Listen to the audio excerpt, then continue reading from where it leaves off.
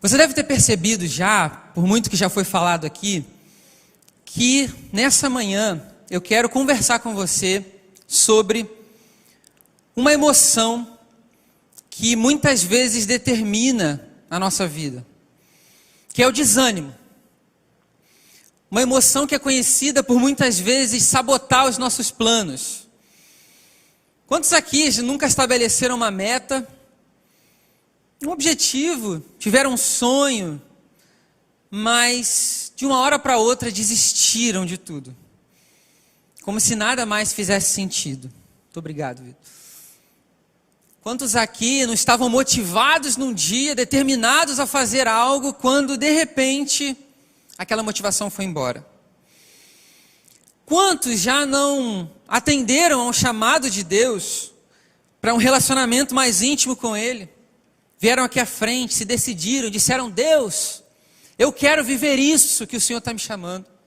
Mas de uma hora para outra foram alcançados, derrubados pelo desânimo. Eu não vou pedir para você levantar sua mão, porque eu acho que isso é comum a todos nós aqui. Todos nós, em alguma medida, em algum momento, nos sentimos desanimados. Mas eu quero convidar você a abrir a sua Bíblia no capítulo anterior, o capítulo da divisa dessa conferência, em 2 Coríntios, no capítulo 4.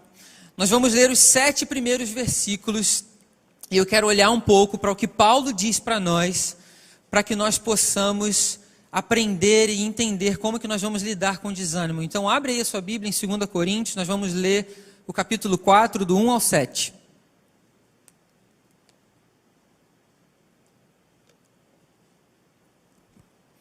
Segunda Coríntios 4,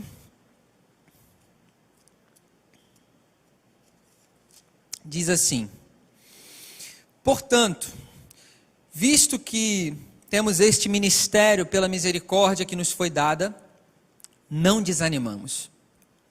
Antes, renunciamos aos procedimentos secretos e vergonhosos. Não usamos de engano, nem torcemos a palavra de Deus. Ao contrário, mediante a clara exposição da verdade, recomendamo-nos a consciência de todos diante de Deus. Mas se o nosso evangelho está encoberto, para os que estão perecendo aqui está encoberto.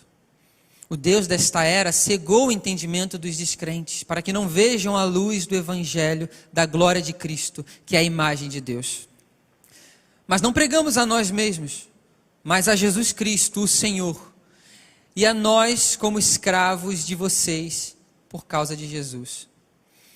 Pois Deus, que disse: das trevas resplandeça a luz, Ele mesmo brilhou em nossos corações, para a iluminação do conhecimento da glória de Deus na face de Cristo. Versículo 7. Mas temos esse tesouro em vasos de barro, para mostrar que este poder que a tudo excede provém de Deus e não de nós. Antes de nós entrarmos na exposição do texto, eu quero lembrar para você o que é essa segunda carta de Paulo aos Coríntios. Ela é escrita depois que Paulo recebe notícias da igreja daquela cidade, depois de uma carta que ele tinha escrito antes, que tinha provocado uma certa consternação com os coríntios. Porque Paulo, mesmo sendo o fundador, o plantador dessa igreja, existia uma relação que muitos dizem ser um pouco conturbada entre ele e a igreja. Porque membros dessa comunidade estavam se voltando contra o apóstolo, questionando a autoridade de Paulo, questionando o apostolado de Paulo, porque essas pessoas estavam dando ouvidos a falsos mestres, pessoas que estavam entrando na igreja e ensinando uma doutrina diferente da que Paulo ensinava. Paulo ensinava a doutrina da justificação pela fé sem obras, mas pessoas se infiltravam na igreja e disseminavam um ensino contrário ao evangelho que Paulo ensinava. E levantavam, por causa disso, acabavam disseminando discórdia na igreja e levantaram alguns questionamentos contra o apóstolo.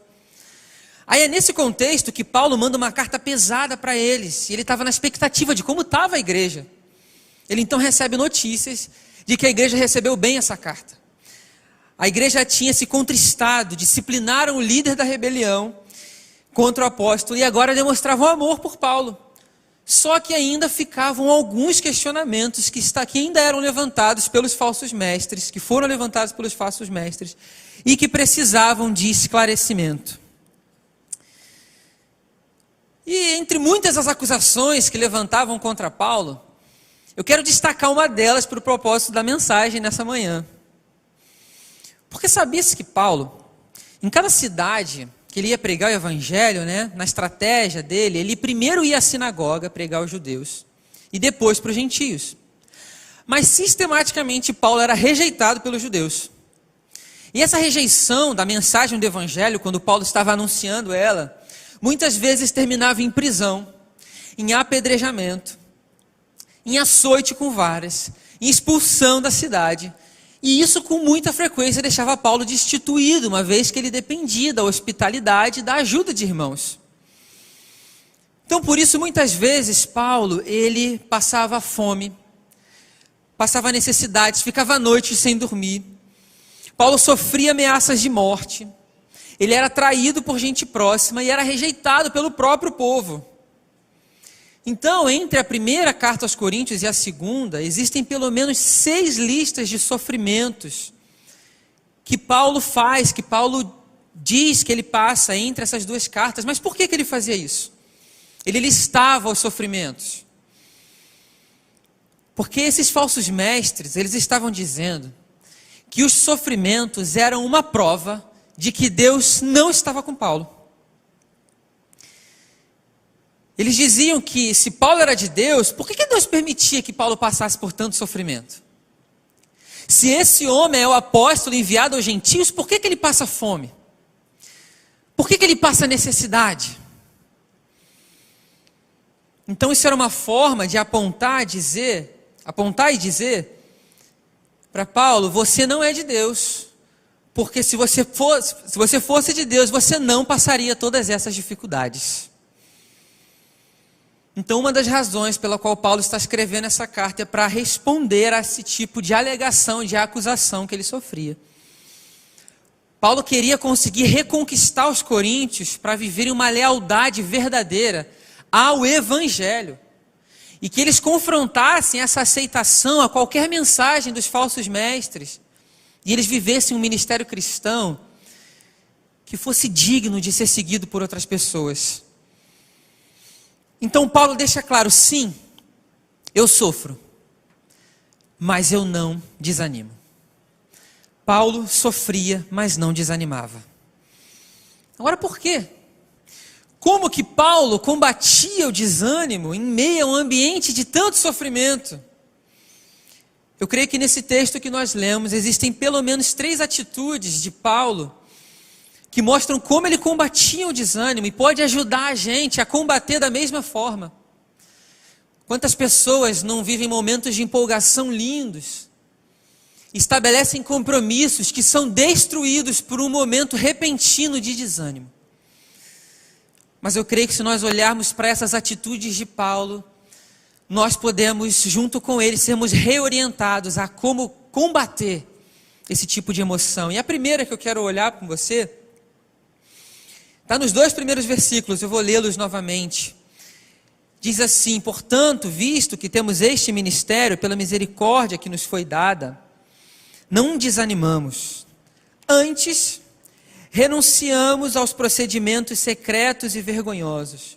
Não usamos de engano e nem torcemos a palavra de Deus. Pelo contrário, mediante a clara exposição da verdade, recomendamos-nos a consciência de todos diante de Deus. Uma prática muito comum dos falsos mestres era usar toda a artimanha que eles pudessem na pregação da mensagem. Então era algo muito parecido com a astúcia da serpente no Éden. Eles não ensinavam verdades novas, não chegavam oferecendo um pacote novo de coisas que eles nunca ouviram. Mas eles simplesmente distorciam as verdades que já foram ensinadas. Aí esses falsos mestres usavam de todas as manobras psicológicas, as táticas, para impressionar as pessoas, apelos emocionais, para seduzir as pessoas com uma mensagem que era falsa. É curioso olhar para esse texto e ver como que a palavra que foi traduzida por torcer, torcer a palavra de Deus, a palavra dolo, ela só aparece uma vez em todo o Novo Testamento aqui. Mas olhando para papiros mais antigos, documentos mais antigos, você vai ver que ela era muito usada para quando se referiam à diluição do vinho na água. Quando ao invés de se oferecer um vinho puro, se oferecia um vinho diluído com água. As pessoas talvez não perceberiam, mas estavam não tomando um vinho completamente puro. Então é possível que quando Paulo fala isso, ele está tendo em mente a corrupção da palavra de Deus com uma mistura de ideias estranhas. Se você participou dos outros 2 dias da conferência, online ou aqui presencial, você viu um vídeo de abertura. E nesse vídeo ali, a gente vê algumas verdades mal contadas. E saiba que verdades mal contadas, não explicadas, podem trazer muita confusão. Frases afirmativas que são extremamente verdadeiras, mas que são diluídas com o veneno da serpente para produzir engano e confusão. Frases como, você não é pecador. Enquanto é verdade que nós posicionalmente somos declarados santos quando nós cremos em Jesus, por causa dos méritos daquilo que Jesus conquistou por nós, nós ainda lidamos diariamente confrontando o pecado. Enquanto nós estivermos nessa vida, meus irmãos, nós estamos limitados a lidar com o pecado. O Senhor Jesus venceu o pecado, triunfou contra ele, e um dia não haverá mais pecado, mas nós ainda lidamos com ele. Então nós somos declarados santos por Deus. Mas quanto mais nós nos aproximamos da santidade de Deus, mais nós vamos percebendo os resquícios dos pecados em nós. Mais nós vamos nos humilhando diante da santidade de Deus. E nós entendemos, sim, eu não sou declarado pecador diante de Deus, eu sou declarado justo a Deus, mas como eu ainda vejo coisas em mim que precisam ser mudadas. Essa é a verdade do Evangelho. Mas uma pessoa pode pegar o microfone e dizer para você, e você não é pecador. Você é um vencedor, você nasceu para vencer, e o pecado não tem vez na sua vida. É uma verdade, mas uma verdade mal contada traz confusão. Nós precisamos entender que o contato com o verdadeiro Evangelho nos faz conhecer as verdades por completo. Aquelas que são prazerosas aos nossos ouvidos, mas também aquelas que muitas vezes trazem dor, trazem confronto. O conhecimento verdadeiro do Evangelho é confrontador, porque ele vai lidar com verdades completas que às vezes a gente não quer ouvir. Mas se nós nos apegamos ao Evangelho verdadeiro, e não essas distorções atraentes que estão soltas por aí, você não precisa pesquisar muito. Talvez em tempos de pandemia, assistindo algum conteúdo online, você tenha visto algum pregador que está na moda, afirmando esse tipo de coisa. Anestesiando pecadores que estão satisfeitos com a sua condição atual. Porque eles estão ouvindo, você é perfeito, você é a imagem de Deus. Sim, querido, você é a imagem de Deus, sim. Mas não há como negar que o pecado impede que a gente reflita de maneira perfeita quem Deus é. Só o Espírito Santo, formando a imagem de Jesus em nós, é que restaura o propósito de Deus em nós. Então nós vivemos uma luta contra o pecado, sim. E temos a vitória, sim. Ao que você tem dado ouvidos ultimamente? A que evangelho você tem procurado conhecer? É verdade que, na hora da fome, uma porção de batatas fritas é muito mais atraente aos olhos do que uma porção de feijão com legumes. Mas aquilo que te sustenta e aquilo que vai te dar vigor é o alimento saudável. E o Evangelho é o alimento que nós precisamos para vencer o desânimo. Em momentos que nós estamos desanimados, o que mais nós queremos ouvir são verdades que confortem o nosso coração. E é nessa busca que nós, de vira e mexe, nos confrontamos, nos deparamos com pessoas que estão pregando verdades distorcidas. Eu achei incrível o que o pastor Judy Clay fez ontem, quando ele expôs uma verdade tão conhecida do Evangelho, que nós declaramos em canções que Jesus morreu e ressuscitou. Mas ali ele mostrava para a gente que, apesar de ser uma verdade muito simples, aparentemente, ela tem implicações práticas muito profundas. E não é à toa que Paulo vai dizer para Timóteo, ele pregou ontem, dizendo, se lembre do Cristo, que morreu e ressuscitou. Você fala, ok, eu lembro. Mas qual a implicação prática de saber que Jesus morreu e que Jesus ressuscitou? Se você quer saber, acessa o link de ontem, se você não assistiu, assista a pregação dele. Talvez você vai perceber que o pastor Judy Clay, ele não parou aqui para fazer um apelo emocional para a gente. Não estava tentando levantar o nosso ânimo com frases de autoestima, mas ele simplesmente expôs o evangelho. Tinha um momento que eu estava sentado ali que me dá vontade de gritar em gratidão a Deus pela morte e pela ressurreição de Jesus. Porque de maneira simples, sem muito estardalhaço, ele disse, queridos, eu não estou dizendo que nós temos que nos tornar pessoas frias, sem emoção, não é isso.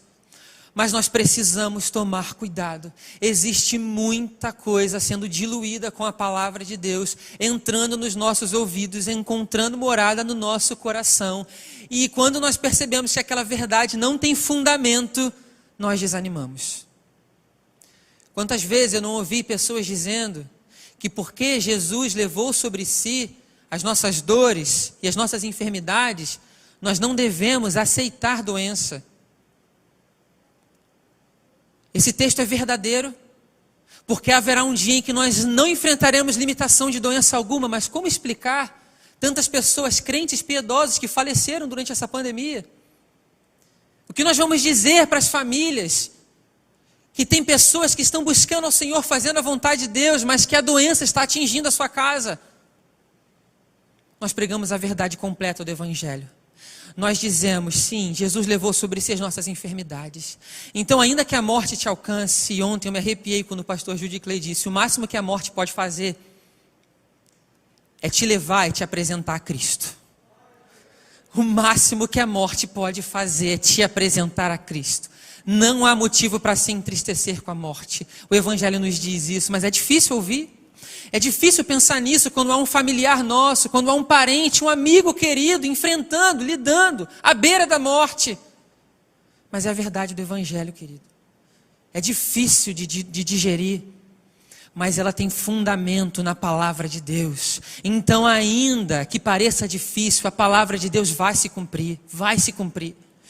Então, ainda que nós possamos estar enfrentando um momento difícil, nós temos a certeza da vitória que nos aguarda em Cristo. E não há consolação maior do que essa.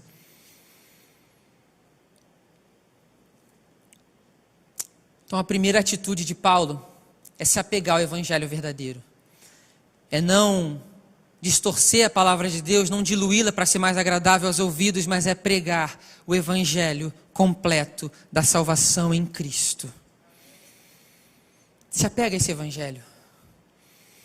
Procura pessoas, quando você estiver em casa, a gente não sabe como vai ser daqui para frente, nós cremos que as coisas vão se flexibilizar, mas se as coisas de repente piorarem novamente, e você estiver procurando algo para ouvir, procure pessoas que expõem a palavra de Deus de maneira responsável. Suspeite de pregadores excessivamente emocionais, que estão falando exatamente aquilo que nós queremos ouvir. O Evangelho, ele confronta, mas transforma. Ele incomoda os nossos ouvidos, mas ele cura a nossa alma.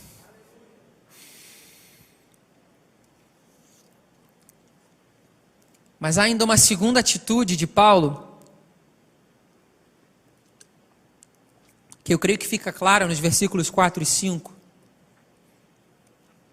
Eu vou lê-los novamente. Ele diz, o Deus desta era cegou o entendimento dos descrentes, para que não vejam a luz do Evangelho da glória de Cristo, que é a imagem de Deus. Pois não nos pregamos a nós mesmos, mas a Jesus Cristo, o Senhor, e a nós como escravos de vocês, por amor de Jesus.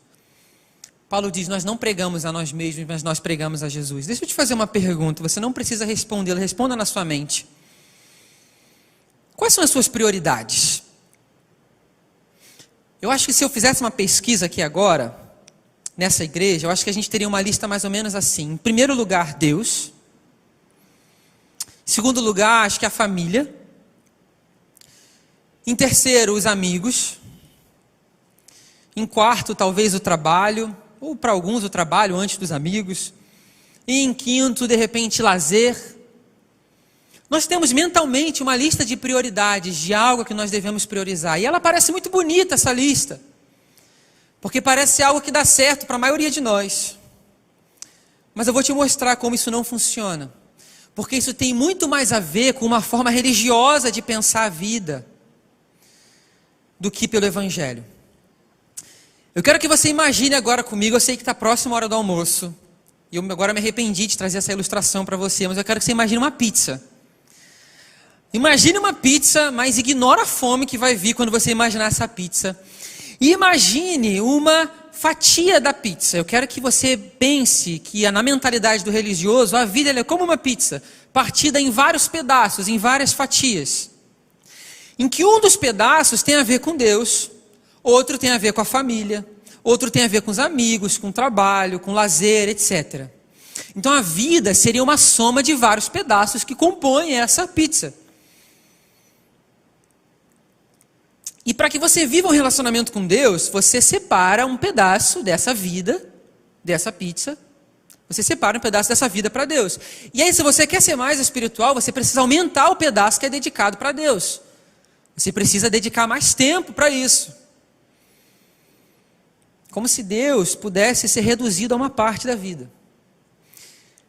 Só que talvez a pandemia tenha mostrado para você o quão escasso estava o seu relacionamento com Deus. Quando aquela parte que era dedicada para Deus, talvez na frequência aos cultos, talvez em algo que você sirva na igreja, que não estava mais acontecendo. As atividades presenciais todas foram afetadas pela pandemia. Mas eu quero que você pense hoje de forma diferente. Eu quero que você, ao invés de uma pizza, pense numa roda de bicicleta. Imaginou uma roda de bicicleta? Porque a nossa vida com Deus, ela não é apenas uma parte. Ela não pode ser apenas uma parte. Mas ela precisa ser um eixo central, no qual todas as coisas giram em torno daquele eixo, que é o nosso relacionamento com Deus. Então a família, o trabalho, os amigos, o lazer, as finanças, tudo isso precisa ser realizado em nome e em torno da pessoa de Jesus, para que ele seja glorificado. Por isso Jesus, ele não pode ser reduzido a um espaço, a um horário, a um dia, ao domingo, não pode. Porque o Evangelho convida a gente a entender que Jesus é o centro de tudo que nós somos. Então me permita dizer algo para você, e por favor não se assuste, quando eu digo para você que Deus não pode ser a sua prioridade. Não pode. Porque se Deus for a sua prioridade, a hora que você checar o da sua lista, você vai para outra coisa. E você vai se dedicar a outra coisa. Porque aquela prioridade já está resolvida. Eu já fiz o que eu devia fazer com Deus. Eu já tive o meu momento devocional. Eu já realizei a ação social que eu precisava realizar em nome de Deus. Agora eu vou resolver o meu trabalho. Agora eu vou resolver o meu relacionamento com a minha família. Agora eu vou resolver com os meus amigos. Mas o convite de Jesus é para que você saia dessa mentalidade religiosa para um relacionamento com Deus guiado pelo Evangelho. Então, quando Paulo vai dizer que ele não prega a si mesmo, ele está falando disso. Ele está falando de uma vida onde Deus não é apenas uma parte. Porque uma vida onde Deus é apenas uma parte, prega apenas a si mesmo. Pare para conversar com uma pessoa religiosa que vive assim. Você vai ouvir dela os seus sonhos. Você vai ouvir dela os seus projetos, as suas realizações. Agora converse com alguém movido pelo Evangelho e você verá Jesus. Você verá Jesus sendo formado naquela pessoa. Porque ela entende que Deus não é apenas uma parte. E agora ela enxerga tudo pela ótica do Evangelho. Ela vive o trabalho sabendo quem ela é em Cristo. Ela administra o dinheiro dela sabendo quem ela é em Cristo. E não é uma parte agora minha que é entregue para Deus, mas tudo que eu tenho pertence a Deus. E a minha vida gira em torno da pessoa de Jesus, porque a glória é dele.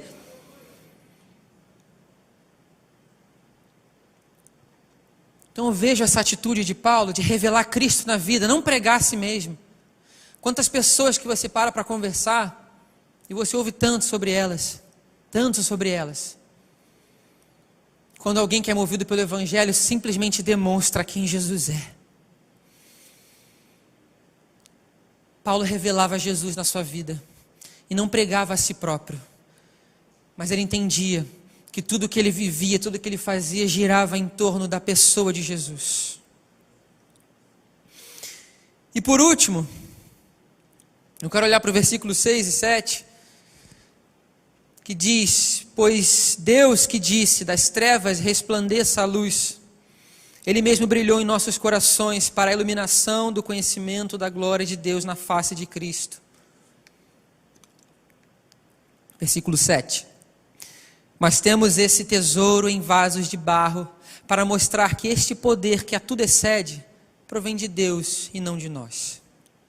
Como a Angélica falou, para mim essa é uma das mais belas verdades a respeito do Evangelho.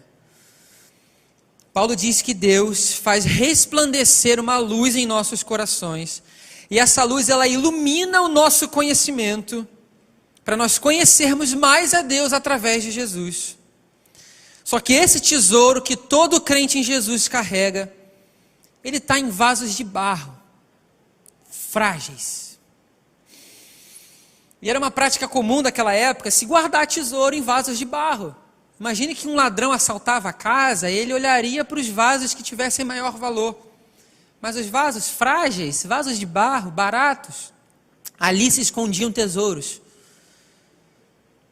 Paulo se via como esse vaso frágil, que todas as vezes que ele era quebrado, ele revelava a luz e o tesouro que ele carregava dentro de si. Então aqui ele está finalmente esclarecendo o motivo do sofrimento. Paulo está dizendo que, ao contrário do que os falsos mestres alegam, ele está ensinando que o sofrimento é uma ferramenta de Deus para revelar o tesouro que nós temos, a glória de Deus por meio de Jesus dentro de nós. É dessa maneira que Deus manifestava o poder dele na vida de Paulo. Por isso que Deus permite que Paulo sofra. Deus quebra Paulo, mas não para ele ser destruído, mas para quando ele estiver fraco, ficar evidente que Paulo dependia do Senhor. Que mensagem! Conta-se uma história de um local que tinha uma barragem de água, que tinha uma placa avisando que aquele local tinha uma profundidade muito grande, e que se alguém tentasse nadar ali, deveria tomar cuidado, porque corria risco de se afundar, por ser um lugar muito fundo. E aí um belo dia, um grupo de amigos decide ir até essa barragem nadar. Aí o mais afoito, sempre tem entre os amigos, aquele mais empolgado, mais afoito, se joga logo e vai nadar. Mas quando ele se joga nas águas, de repente ele sente uma cãibra forte na perna. E quem já sentiu cãibra, seja no mar, numa piscina, sabe que sensação terrível é. Então aquele rapaz começa a se afogar e começa a gritar e pedir socorro, enquanto ele se afoga. E aí todo mundo fica desesperado e se lembra que um deles, o João, era um ex-campeão de natação. Só que João estava assistindo o amigo se afogar de braços cruzados. E aí as pessoas ficaram indignadas. João, vai lá, salva ele. João assistia a ele gritar em desespero. Até que, quando aquele amigo que estava se afogando desiste e começa a afundar, João salta na água, gentilmente pega o amigo e o salva. Aí os amigos cercam João e falam: que cruel, mas que desumano, você deixou ele sofrer, você deixou ele se afogar, você poderia ter salvado ele muito antes. E aí João responde: se eu tivesse ido até ele enquanto ele ainda tinha forças, ele ia se agarrar comigo e nós dois poderíamos morrer. Eu só poderia ajudá-lo quando ele desistiu de si mesmo. É exatamente isso que acontece no processo de sofrimento do cristão. É para que nós desistamos de nós, para que aí a vida de Cristo se manifeste em nós e através de nós abençoe muitas pessoas. Por isso, queridos, nós pensamos muitas vezes que o sofrimento vem para nos destruir, mas é para que nós percebamos que a salvação não está na nossa capacidade de socorro, mas está naquilo que Jesus faz por mim e faz por você. Não despreze o sofrimento, não pense que isso invalida quem você é em Cristo, não. É por meio do sofrimento que Deus está permitindo que se aperfeiçoe em você o caráter, a imagem de Jesus, porque se existe alguém que sofreu, esse foi o nosso Senhor. Se tem alguém que experimentou sofrimento, angústia, abandono, traição, esse foi o Senhor Jesus. E quanto mais Deus permite, te dá o privilégio de sofrer, mais Ele está permitindo que você se pareça com Cristo, porque Ele vai fazer você se render, desistir de si mesmo, ver que não há mais jeito e encontrar somente no Evangelho a força que você precisa para vencer o desafio que for. A resposta está no Evangelho poderoso de Jesus, naquilo que Jesus fez, em quem Ele é e naquilo que Ele ainda está fazendo na sua igreja. É por isso que Paulo sofria. Mas ele se mantinha constantemente animado, constantemente motivado a continuar. Agora eu quero olhar com você para os últimos versículos desse capítulo, lá o 16 ao 18, para nós terminarmos. Paulo conclui dizendo: por isso não desanimamos. Embora exteriormente estejamos a desgastar-nos, interiormente estamos sendo renovados dia após dia. Pois os nossos sofrimentos leves e momentâneos estão produzindo para nós uma glória eterna que pesa mais do que todos eles. Assim fixamos os olhos, não naquilo que se vê, mas no que não se vê. Pois o que se vê é transitório, mas o que não se vê é eterno. Paulo vivia uma renovação interior dia após dia. Isso combate a nossa mentalidade de que o nosso relacionamento com Deus se dá por meio de recarga de bateria. Sabe, pessoas que estão se sentindo sem Deus e elas pensam que o motivo da nossa reunião aqui aos domingos é para que a sua bateria seja recarregada para que você viva mais uma semana. Quantas pessoas não colocam as suas mãos em forma de concha para receber a bênção apostólica, como se a bênção fosse um passe para que a semana desse certo. Mas Paulo está dizendo, há um renovo interior para ser vivido por você e Deus diariamente. Ainda que o seu exterior se desgaste, ainda que você sofra, ainda que você passe por qualquer dificuldade, há um renovo interior dia após dia. Paulo fala que esses sofrimentos leves e momentâneos, e queridos, os nossos sofrimentos acho que não se comparam com os de Paulo. Ele chama esses sofrimentos de leves e momentâneos. Ele diz que estão produzindo para nós um peso de glória. E o termo peso naquela época era muito usado porque as moedas diferentes tinham pesos diferentes. Pessoas com peso eram pessoas providas financeiramente. Ele está dizendo que esses sofrimentos vão produzir para nós uma glória que pesa mais do que todos eles, que tem um valor maior do que todos eles. E é assim que nós vamos olhar, não naquilo que nós estamos vendo à nossa frente, mas naquilo que não se vê. E sim naquilo que é eterno. Eu quero lembrar você que o Evangelho de Jesus, muitas vezes, são coisas que nós aprendemos na palavra, que talvez você diga, mas isso eu já conheço, Patrick. Eu já ouvi, eu entendo que Jesus morreu e que Jesus ressuscitou. Mas são essas simples verdades, quando nós aprendemos as implicações práticas de cada uma delas, são elas que movem a nossa vida. Eu me lembro de um filme, que talvez você tenha assistido várias vezes, como eu também não me canso de assistir, o filme Como Se Fosse a Primeira Vez, com Adam Sandler e a Drew Barrymore. Quando ele, num relacionamento com aquela moça, ele se encanta por uma moça, a conquista e descobre que ela tem uma doença, uma perda de memória, onde todos os dias a memória dela volta para um dia e ela se esquece de tudo que aconteceu. Como que esse rapaz vai conquistar essa moça se ela sempre se esquece? Então o desafio dele é conquistá-la todos os dias. E ao final do filme, depois que eles vivem várias vezes os primeiros encontros, ele a conquista dia após dia, ele tem a ideia de produzir uma fita, naquela época, para que ela assista todas as manhãs e se lembre quem ela é. Porque a memória dela está apegada ao passado e não consegue se lembrar de quem ela é agora. E todos os dias ela assiste aquela fita e se lembra de quem ela é. Esse filme me lembra do desafio que eu e você temos, de todos os dias termos contato com o Evangelho de Jesus. Quantas vezes você começa o seu dia sendo tomado pelas preocupações do que você tem para fazer? Quantas vezes você não acorda no susto de um despertador, se lembrando, nossa, eu tenho muita coisa para fazer hoje, não vai dar tempo.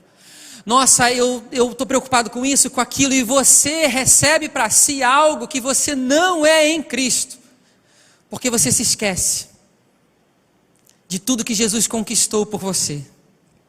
Eu tenho um convite a fazer para você, para que você amanheça, e logo pela manhã, medite no Evangelho, para que você se lembre, seja reconquistado pelo noivo, para ele te lembrar quem você é em Cristo. Pare para ler o Novo Testamento e circular todas as vezes que a expressão em Cristo aparece. Ela mostra para nós tudo de maravilhoso que foi conquistado por Jesus e está reservado para mim e para você, mas que nós desconhecemos quando nós acordamos e somos tomados por tristeza, por desânimo. Eu quero lembrar você que existem verdades profundas te aguardando quando você decidir viver o seu momento íntimo com Deus, se lembrando quem você é em Cristo, renovando o seu interior dia após dia. Queridos, o nosso relacionamento com Deus não pode atingir o seu ápice quando nós temos um congresso, mas ele precisa continuar amanhã. Não pode ser baseado apenas no que você ouviu aqui agora, ainda que isso te impacte. Isso precisa continuar amanhã e terça-feira e quarta-feira, dia após dia. Você precisa buscar o renovo no Senhor para não ser dominado pelo desânimo. Por isso eu tenho um convite a fazer para você. Se você, assim como eu, é facilmente tomado pelo desânimo, eu queria convidar você a orar comigo, mas não com a mentalidade de que essa oração é o passe para que tudo dê certo daqui para frente. Essa oração é apenas o primeiro passo do seu compromisso diário com Deus, de se apegar ao verdadeiro Evangelho, revelar Cristo através de você e se renovar interiormente todos os dias. Eu tenho esse desafio para você. Se você, assim como eu, quer assumir esse compromisso com Deus, de dizer, Deus, eu quero recomeçar, Senhor, eu quero te lembrar de uma coisa, Deus, Ele não se cansa dos nossos recomeços. Talvez você esteja cansado de tantas vezes se comprometer, tantas vezes o pastor já orou, e eu já levantei estabelecendo compromissos, e eu desisti, eu desanimei. Mas Deus não se cansa dos nossos recomeços, se eles de fato forem recomeços. Eu quero convidar toda a igreja agora a ficar de pé para nós orarmos, porque eu creio que isso não é um convite para alguns de nós, mas é para todos nós. Nós precisamos desse compromisso com Deus. Que o Senhor possa, todos os dias que você decidir viver o Evangelho verdadeiro, te mostrar o prazer que há. E eu quero confessar uma coisa para você. Quando eu me mudei para Atibaia e eu fui lá estudar teologia, eu tinha medo de me tornar uma pessoa fria, sabe? Porque, infelizmente, nós vemos por aí algumas pessoas que se enchem de conteúdo teológico, mas acabam se tornando pessoas frias. Eu tinha medo disso. Mas foi quando eu percebi que uma boa teologia, um bom conhecimento da palavra, se ele não me coloca rendido aos pés da cruz, ele não serve para nada. E aí eu vi que conhecer o Evangelho verdadeiro, entendê-lo de maneira responsável, estava me fazendo conhecer o Evangelho de Jesus mais e melhor todos os dias. Querido, se apegue ao Evangelho. Vamos orar? Pai, nessa manhã eu quero te louvar, te agradecer, porque o Senhor é o nosso resgatador, é aquele que não só nos salvou, mas todos os dias está disposto a nos reconquistar para si, Senhor, através do Teu Evangelho. Obrigado, Senhor, porque isso custou um alto preço ao Senhor Jesus, e se nós estamos aqui, o mérito e a glória é toda do Senhor. Eu quero pedir, Deus, pela tua igreja, por todos aqueles, Deus, que foram tomados pelo desânimo, pelo cansaço espiritual. Ah, Senhor, tenha misericórdia de nós somos esses vasos, Deus, frágeis. Mas nos permita, Senhor, perceber e enxergar a glória do Senhor que se manifesta, Senhor. Deus, eu peço que o Senhor dê um renovo a todos os meus irmãos aqui, mas um renovo que perdure, Senhor. Que eles encontrem dia após dia no Teu Evangelho as forças que precisam para não desanimar. Ah, Espírito Santo, o Senhor que sonda os nossos corações e nos conhece por completo, nos mostre, Deus, aquilo que nós precisamos ajustar, para que nós não sejamos crentes desanimados, Senhor, mas assim como Paulo, motivados a prosseguir, porque estamos olhando para aquilo, Deus, que não se vê naturalmente, Senhor, e há um grande peso de glória reservado para nós. No nome de Jesus eu peço que o Senhor nos abençoe. Amém e amém. Glória a Deus.